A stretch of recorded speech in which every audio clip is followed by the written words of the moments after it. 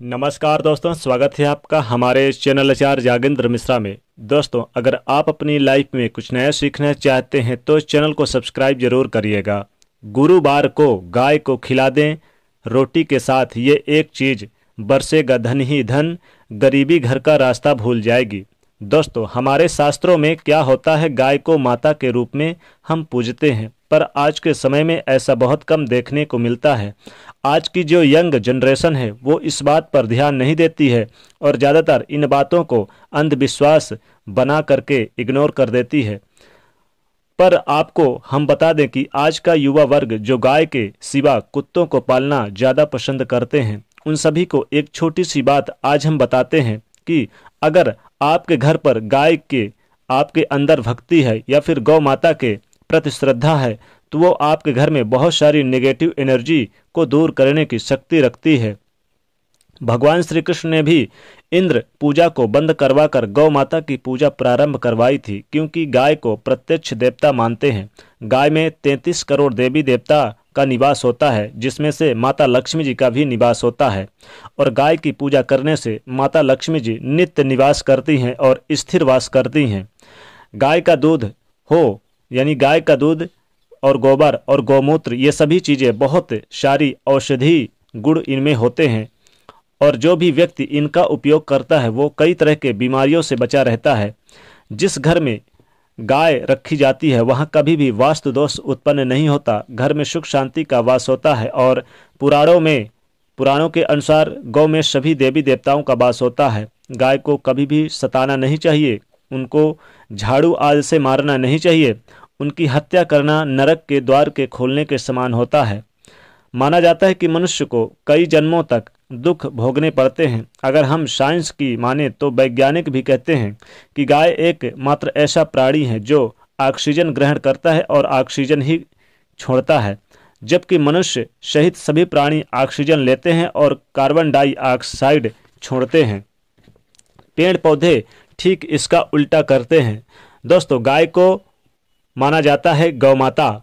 मनुष्य को मरने के बाद उसे बैतरणी नदी पार कराती है। कहा जाता है कि बैतरणी नदी यानी नरक तक पहुंचने के लिए जो नदी होती है उसको पार करना हो तो अगर जीवन में आपने गौदान किया हुआ है या गौ सेवा की हुई है तो आपको उस नदी को पार नहीं करना पड़ता है।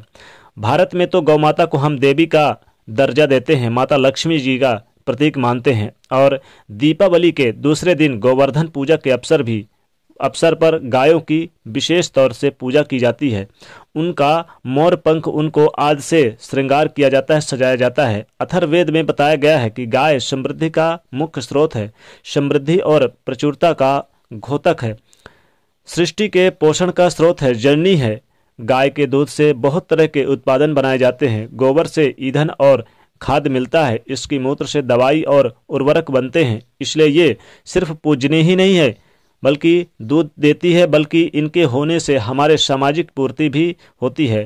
तो दोस्तों, आगे बढ़ने से पहले आपसे रिक्वेस्ट करते हैं वीडियो को लाइक कर दीजिएगा, दोस्तों को भी शेयर कर दीजिएगा और यदि पहली बार आए हैं चैनल पर तो चैनल को सब्सक्राइब करके बेल आइकन को प्रेस कर दीजिएगा।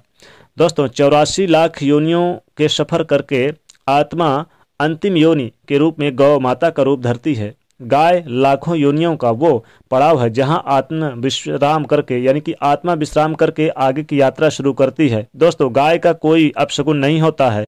जिस भूभाग पर माना जाता है कि अगर गाय को वहां पर बांध दिया जाए तो वो जमीन भी स्वच्छ हो जाती है और वहां पर अगर 15 दिन के लिए गाय का बछड़ा बांध देते हैं तो उस जगह वो और भी पवित्र हो जाती है। भूभाग में बहुत सारी आसुरी शक्तियों का नाश हो जाता है, क्योंकि गाय में सकारात्मक ऊर्जा का भंडार माना गया है। गाय का मार्ग रोकना, अगर आप कहीं पर भी जा रहे हैं और गाय माता आपका मार्ग रोक दे तो ये बहुत ही शुभ माना जाता है। गाय और बछड़े का दर्शन एक साथ आपको हो जाए तो आपकी सफलता का प्रतीक माना जाता है।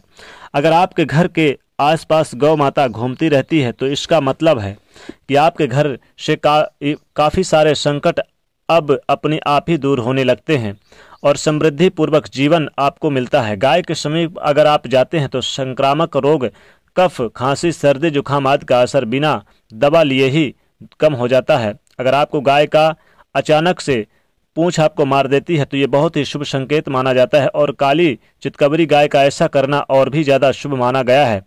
पंचगव्य होते हैं, कई सारे रोगों से लाभ भी दिलाते हैं। पंचगव्य क्या होता है? गाय के दूध, दही, घी, मूत्र और गोबर, इन सभी को शरीर के रोग निरोधक क्षमता को बढ़ाकर रोगों को दूर करने वाला माना जाता है। ऐसा कोई रोग नहीं हो जिसका इलाज पंचगव्य से नहीं किया जा सकता हो। दोस्तों, आज के समय में लोग गौ माता की पूजा करने के बजाय, उनका सही उपयोग करने के बजाय उनको अपमानित करते हैं, पसंद नहीं करते। बुरा लगेगा शायद, लेकिन ये सच है।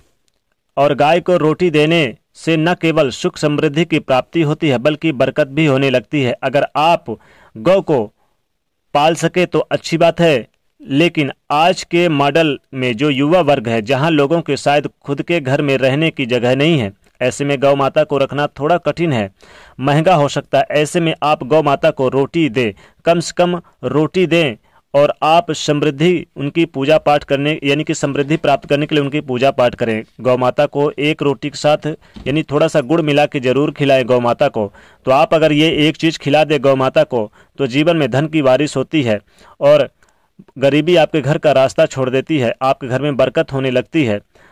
हमारे बुजुर्ग हमेशा से कहते हैं कि गाय को रोटी खिलानी चाहिए, लेकिन इस समय की स्थिति के चलते गाय की सेवा हर कोई नहीं कर सकता, लेकिन कम से कम रोटी तो आप खिला ही सकते हैं, यानी कि नित्य आप एक रोटी गाय को जरूर खिलाएं। दोस्तों, अगर आप गाय को रोटी एक खिलाएं तो जीवन के सारे कष्ट दूर होते हैं। खासकर गुरुवार को गाय को जरूर एक रोटी और उसमें थोड़ा सा गुड़ मिला के खिलाएं।